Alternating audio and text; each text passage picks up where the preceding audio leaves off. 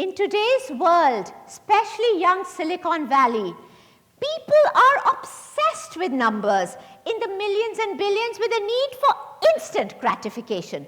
Today, success is measured with numbers. S&P 500, NASDAQ, GDP, IPO, LSAT, MCAT. I am here to tell you that it's not all about numbers, it's all about impact. Impact with a capital P. Consisting of 5 P's: passion, perseverance, persistence, purity of purpose, and patience. This is the philosophy, another P, behind the charity that I founded in year 1999 called Home of Hope.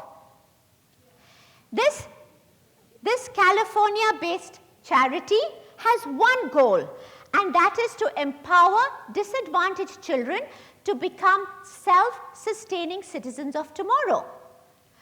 How do we do it? We identify, partner, and help struggling orphanages and schools, focusing in the areas of education, vocational training, and most recently, English empowerment.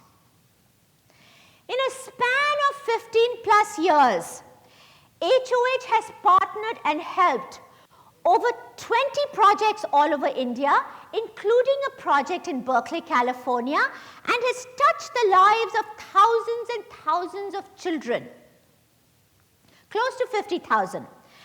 HOH programs have impacted a country like India with a population of over 1 billion people in the areas of mental health and the hearing impaired.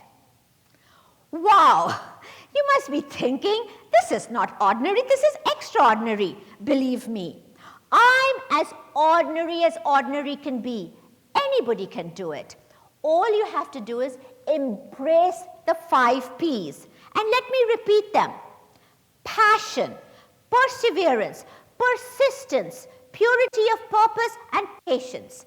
And then the universe kind of aligns itself to help you by opening doors for you. HOH consists of hundreds of stories of people like you and me making simple, ordinary impacts that have become extraordinary. I would like to share 100 stories with you, but because of the time constraint, I'm going to highlight 3 stories which are illustrated with moving pictures, pictures that will move you to tell its own story.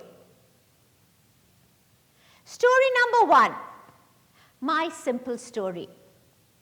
It's year 1998.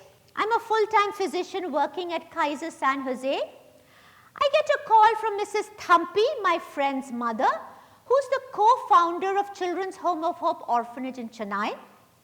She wants a donation, so she sends me this picture. Now this picture moves me. This boy, by no fault of his own, comes into this world, is born poor, and then gets orphaned. 2 cruel strikes against him. There were 137 kids like him in this pathetic rundown orphanage with stagnant water, cramped living conditions. When one child fell sick, all 137 children were sick. This was the state of their bathrooms. Dilapidated, unhygienic tin sheds with gastroenteritis rampant. Something made me want to help this orphanage. It's hard to explain. I felt a calling from the higher power. You know, this unmeasurable, unexplainable energy. Call this energy, call this energy higher power, higher force, higher conscience, God, whatever name you want to give it. I truly believe this energy is trying to bring out the best in us. And what is that best? It's gratitude. It's asking yourself a simple question: why am I so blessed? Why wasn't I born homeless on the streets? I've got to give back. There's just no free lunch. It's as simple as that. So with the help of my 2 young children and dear friend Anil Lal, had a humble fundraiser, raised $5,000 and sent the money there. With that money, they built new bathrooms. pink tactile bathrooms. But it worked. An entire epidemic of gastroenteritis was eradicated. I was so impressed by the impact of $5,000. All this inspired me to start my own nonprofit. Ignited passion in me, the first of the 5 P's, remember? Followed by the 4 other P's. I had no idea what a 501c, tax ID, all these numbers are. But I felt the universe was trying to help me by opening doors for me, sending the right people at the right time. It took a year. 1999, we became official. The second fundraiser, we built a medical clinic in the compounds of the orphanage. We had a doctor volunteering her services. Then we separated infectious kids from non-infectious kids. That's my daughter, Sonia, trying to play doctor. And this was the impact. Wow! An empty ward with no sick children. The second picture is also very moving. It was the first batch of girls going for higher education. Before that, they had no ambition. All they wanted to be was a servant girl. Now they want to be doctors, lawyers, engineers, nurses, accountants. This is the orphanage today. State-of-the-art building, better than any private school. Empowered foot soldiers. They are an integral part of this successful formula. They are the founders of the orphanage and the core team. That's Mrs. Thampi and her core team. They work on the ground to make things happen, and this formula is working. It's successful. This is Kamla. I call her the poster child of HOH, and I would like to share her story. It's year 1998. Kamla is 7 years old. Her sister is 4 years old. Her mother is partially blind, abused by the father and the family. She wants to commit suicide and kill both the girls. So she decides to walk on the railway track. It's like a bad Bollywood movie. The train is coming. At the nick of time, Kamla clutches her mom's arm and pleads with her, "Mom, please don't kill us. I'll take care of you." Something snaps in the mother, thank God, and she brings both the girls to the orphanage. Today, Kamla is a successful nurse at Apollo Hospital, taking care of her entire family. She's also volunteering at the orphanage, and today, HOH has hundreds and hundreds of such Kamlas. Moving on to story number 2. It's year 1999 in Delhi. I meet Kiran Modi, the founder of Udyan Ghar. This is a loving foster home with 10 orphan girls from horrific backgrounds that are beyond human comprehension. All these girls outwardly look normal and happy, but they are psychologically traumatized. And Kiran Modi, because of her psychology background, recognized this and wanted to start a mental health program. And she was getting no funding. You know, you have to understand, year 1999 in India, nobody understood mental health. That also for orphan kids. These are orphan kids. Give them food, clothing, and shelter. Mental health is too fancy. It's meant for the loony bins. We funded this program with $10,000. We could not afford a psychiatrist, just a social worker and a psychologist. Little 10-year-old Reva was our first success story. She was a lost child for months in India's cruel railway station, subjected to every kind of abuse, sexual, physical, mental. When they brought her to the home, she would just cry and cry and cry. So we nicknamed her Crying Reva. After 1 year of therapy, she started laughing. And then we changed her name to Laughing Reva. And I asked Reva, I said, "Reva, what do you want to do when you grow up?" She said, "I want to start Laughing Reva homes." The Delhi government implemented our program We got recognition from Delhi's Chief Minister, Sheila Dikshit. It gets even better. 30 NGOs, non-government organizations, lobbied with the Indian government under the leadership of Udyan Ghar. And in 2007, the first major mental health law in India was enforced. Juvenile Justice Law number 46, where every licensed institution in India taking care of children should have a mental health program in place. And it's mandatory, it's the law, and we are the pioneers of the law, we are the catalysts of this law. In 2014, it goes international with inclusion of 8 South Asian countries, benefiting over 200 million orphans. Today, renowned Indian psychiatrist Dr. Gupta, Dr. Manisha Akhtar from the USA are on the board, and my daughter, Dr. Sonia Parikh, Stanford-trained psychiatrist, is on their editorial board. This is Pooja. She was 11 years old when she was rescued from the slum. Her parents were missing for months. She was abused by the slum dwellers. She was found eating garbage. Today, she is the spokesperson of Udyan Ghar with master's degree in social work. Thousands of girls like Pooja have been empowered, and today Udyan Ghar is the mecca for mental health for the disadvantaged child. Moving on to story number 3. It's year 2005. I visit Pingalwara in Punjab. This place is a charity heaven for poor people. They had 100 deaf and speech impaired orphans who were very withdrawn. And these kind people could not understand why. These poor kids, their words were silent, there was no stimulation. I was welcomed by 2 of these girls, Gurdeep and Amardeep. We gave them the gift of sign language through computer technology. Empowered foot soldier R.P. Singh was the driving force of this program.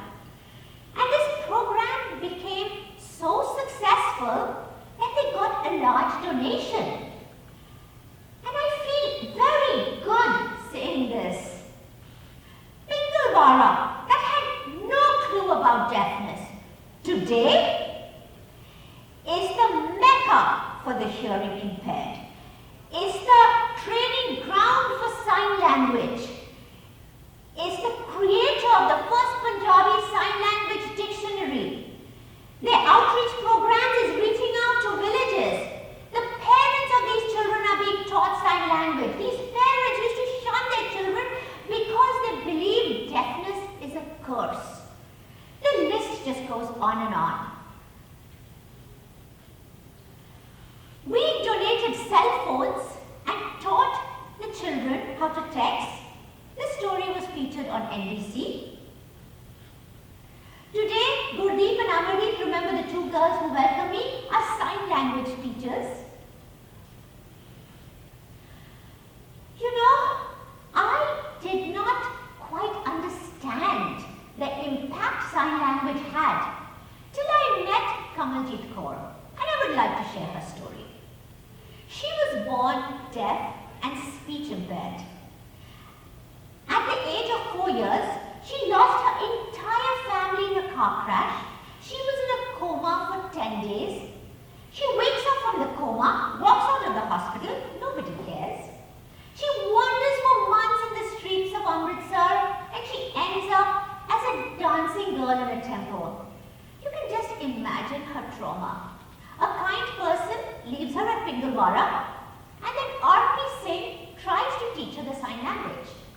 It takes him a year because she's very rebellious. She has tantrums and fits, but he doesn't give up.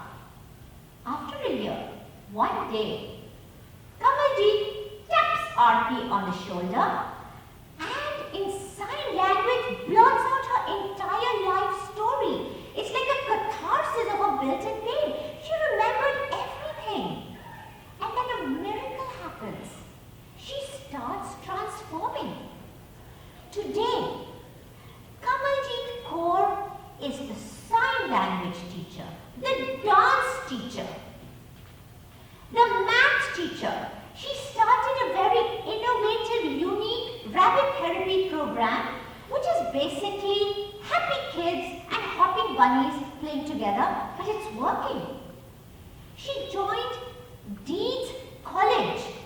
Mumbai and was the only deaf and speech impaired student communicating via text. Absolutely mind-blowing.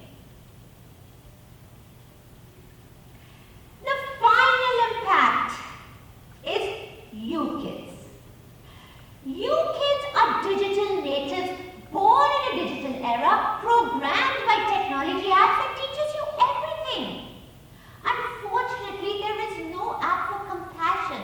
Compassion cannot be learned from an app, it has to be experienced.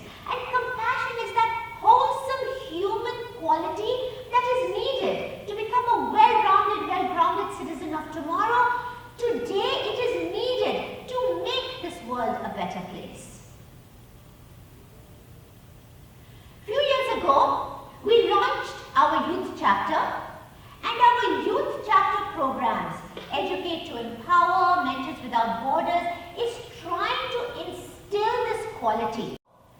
Well, these programs are using long-distance learning strategies like Skype to educate, mentor, and teach conversation English to our kids in India.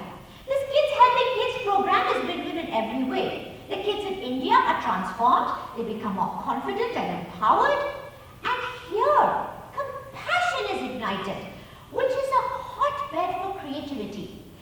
You kids don't even know your creative potential to make an impact. Like Gurbaz, he was 13 years old when, as part of the HOH program, he went to Mijwa village to teach the village girls English, conversation English through a game of soccer. He was appalled to see that these girls had no shoes and were running barefoot. Unfortunately, he did not succeed in teaching them soccer, but guess what? It was the other way around. The village girls taught him their village game home. And then Gurbaz started his sports program. He created a professional core team that spread to the neighboring village, who also created their own team. It gets even better. He comes back to the US, raises funds that pays for tennis shoes for all the village girls and pays for a professional coach, and he starts a second sports program at Sideham HOH project. Oh boy, his mom could not believe the impact her 13-year-old son could make. Then your own student from Gun High School, Sachi Bajaj, she gives piano lessons and donates it to charity. She's our youngest sponsor and I'm her oldest student. More recently, youth leader Anjali Bajaj also went to the village and taught the village girls English.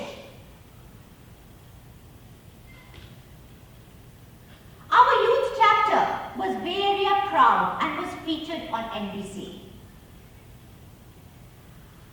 The dynamic HOH board.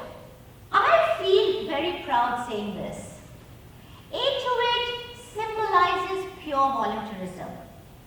I have no office, it's the trunk of my car. We are bare bones and transparent, but as you can see, we are impactful. And I also want to say this. HOH, this tiny unknown charity residing in rich Silicon Valley, is not sitting on millions. And why is that so? Maybe because we just don't have the fancy data with numbers. HOH work and impact cannot be quantified in numbers. What we do have is a heart that can be experienced, an impact that will be felt in today's generation and future generations. That is the legacy of HOH. Thank you very much.